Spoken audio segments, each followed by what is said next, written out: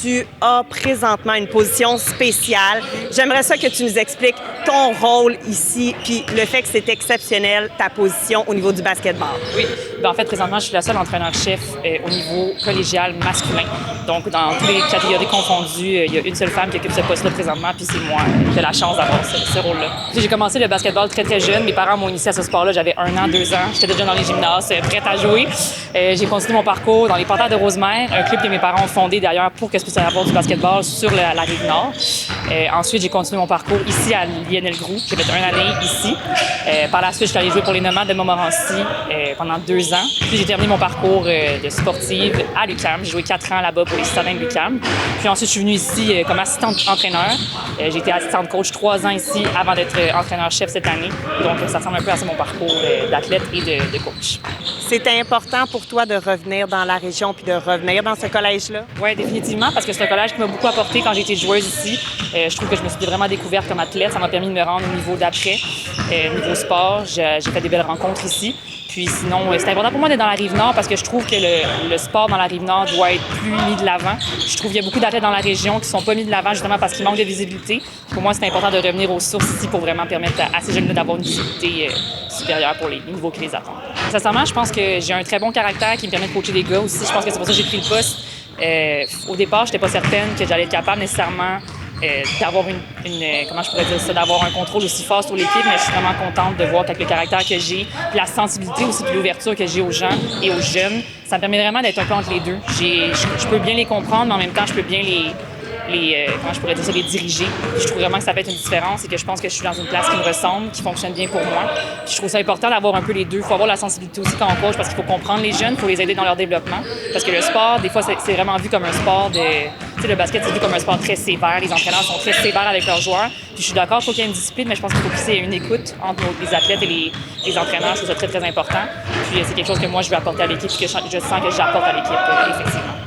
Qu'est-ce qui aurait justement à être travaillé au sein de l'équipe? On parle peut-être plus au niveau, peut-être ambiance, attitude, peut-être aussi les atouts. Est-ce qu'il y a des choses qu'on vise cette année? Peut-être plus l'attaque, peut-être plus la défense. Comment est-ce qu'on va percevoir le jeu de l'équipe pour cette année? Bien, je pense qu'au niveau de l'équipe, ce qu'on va le plus travailler, c'est au niveau de la confiance personnelle et la confiance qu'on a pour l'équipe. Je pense que des fois, ce qui a fait de la différence cette année, c'est qu'on manquait de confiance nécessairement les uns envers les autres. Puis je pense que c'est très important d'avoir une relation sincère entre joueurs, entre coéquipiers et surtout avec les coachs pour qu'on puisse avancer. Il faut aussi qu'on ait un objectif commun puis qu'on respecte l'objectif commun, qu'on travaille pour l'objectif. Je pense que ça va être important dans les prochaines saisons à venir qu'on soit vraiment une unité pour qu'on puisse avancer ensemble pour obtenir nos résultats. J'ai la chance d'être très bien entourée cette année.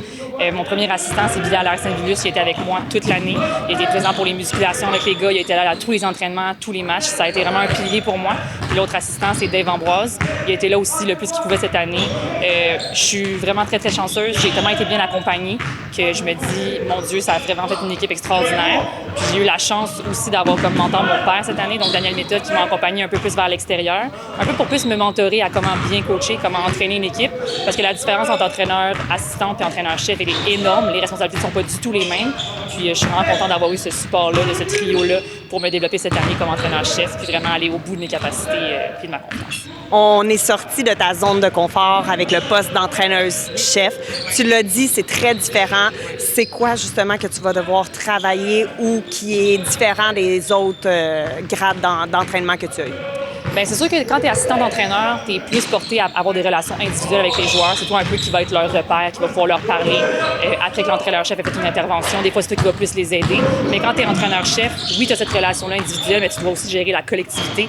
C'est toi un peu qui dois t'assurer que l'équipe, ça fonctionne ensemble, que les entraînements fonctionnent, que les gars sont motivés, qu'ils ont une raison de pourquoi ils font le sport. Puis ça vient aussi avec la responsabilité de t'assurer que l'équipe est contente de performer pour toi. Tu sais, des fois, c'est difficile un peu de sentir que le feu est là.